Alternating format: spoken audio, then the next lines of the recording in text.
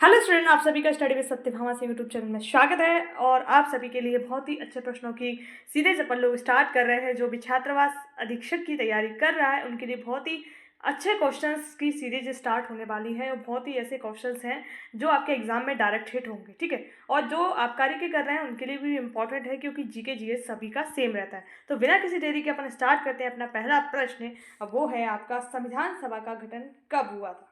तो आप सभी लोग जानते होंगे संविधान सभा का गठन कब हुआ था। 1945, 1946, 1947, 1950।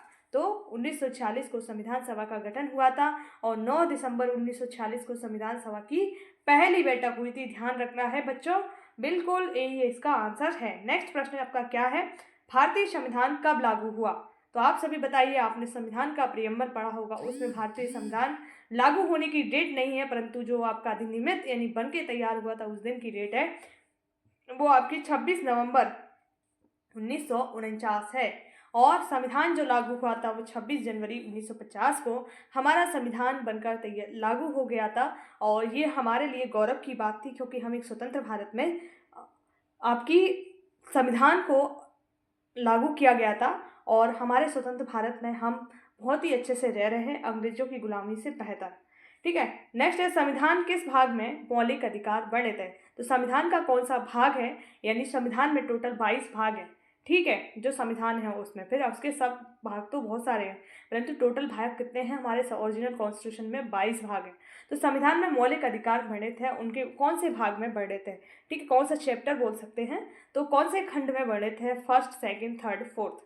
तो ऑप्शन नंबर 3 यानी तीसरे भाग में। पहले में क्या है? संघ राज्य क्षेत्र, यानी हमारा जो भारत का नाम वगैरह इस सब चीज़ का वर्णन है, भारत इंडिया इस तरह का बताया गया है। और 1 से लेके 4 तक, फिर आपके 5 से लेके 11 तक आपकी नागरिकता के संबंधित में प्रावधान है, जो भाग 2 में आते हैं। भाग 3 होता है, उसमें आपके मौलिक अधिकार आते हैं जो व्यक्ति को मिले हुए हैं और व्यक्ति होने के नाते मिले हुए हैं, और ये व्यक्ति यानी और नागरिक दोनों को ये अधिकार मिले हुए हैं, ठीक है, ध्यान रखना है। भाग 3 है, इसमें जो अनुच्छेद आते हैं भाग 12 से लेके 35 तक अनुच्छेद आते हैं। फिर भाग 4 में आपके राज्य के नीति निर्देशक तत्व आते हैं, राज्य के नीति निर्देशक तत्व। और इसका वर्णन कितने अनुच्छेद से है? 36 से लेके 51 तक आपके जो वर्णित है वो क्या है? भाग आपके राज्य के नीति निर्देशक तत्व हैं, ठीक है।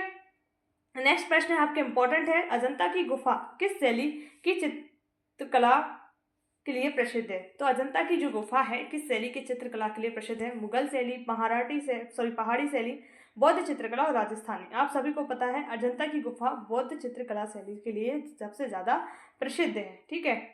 और ये कहाँ पर है? महाराष्ट्र में स्थित है। ये बौद्ध धर्म पर आधारित चित्र के लिए प्रसिद्ध है। और किस शाखा से संबंधित है? महायान। अगर हीनयान होती तो हीनयान तो इन चीज़ों में विश्वास ही नहीं करते हैं। किसमें? मूर्ति कला वगैरह में। वो तो सिर्फ एक निराकार ब्रह्म की पूजा करते हैं, यानी उनके आचार विचार हैं उनको हीनयान मानते हैं। एक महायान शाखा है। और अशोक जो पूछा जाता है ना, किस शाखा से संबंधित था?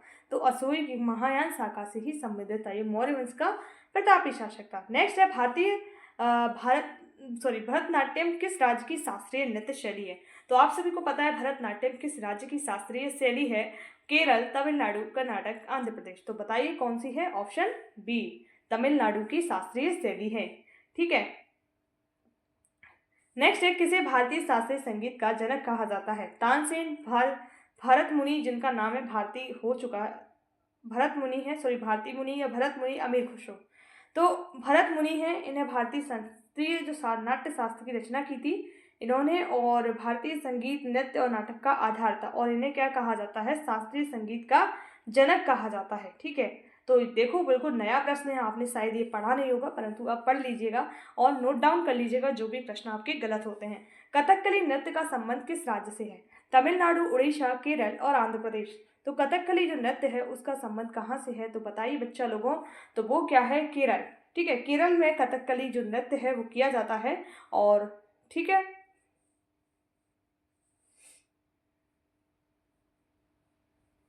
इसकी व्याख्या आपको दिख रही होगी किस तरह की है। नेक्स्ट है, कौन सी चित्रकला शैली राजस्थान से संबंधित है?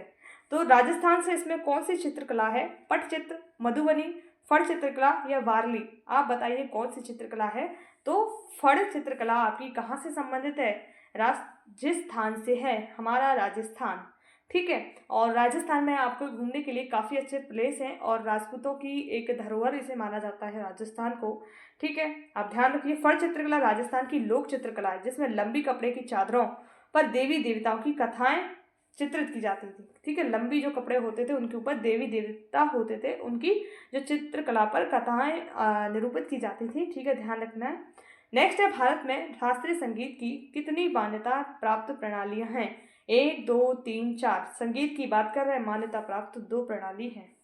भारत में 2 शास्त्रीय संगीत की प्रणाली है, एक हिंदुस्तानी जो उत्तर भारत में, एक कर्नाटकी जो दक्षिण भारत में है। ठीक है, दोनों का नाम आप लोगों ने देख लिया और साथ में याद करते हुए चलना है। ठीक है, तंजावुर पेंटिंग किस राज्य से संबंधित है? तो तंजावुर नाम याद कर लीजिएगा, कहाँ से संबंधित था।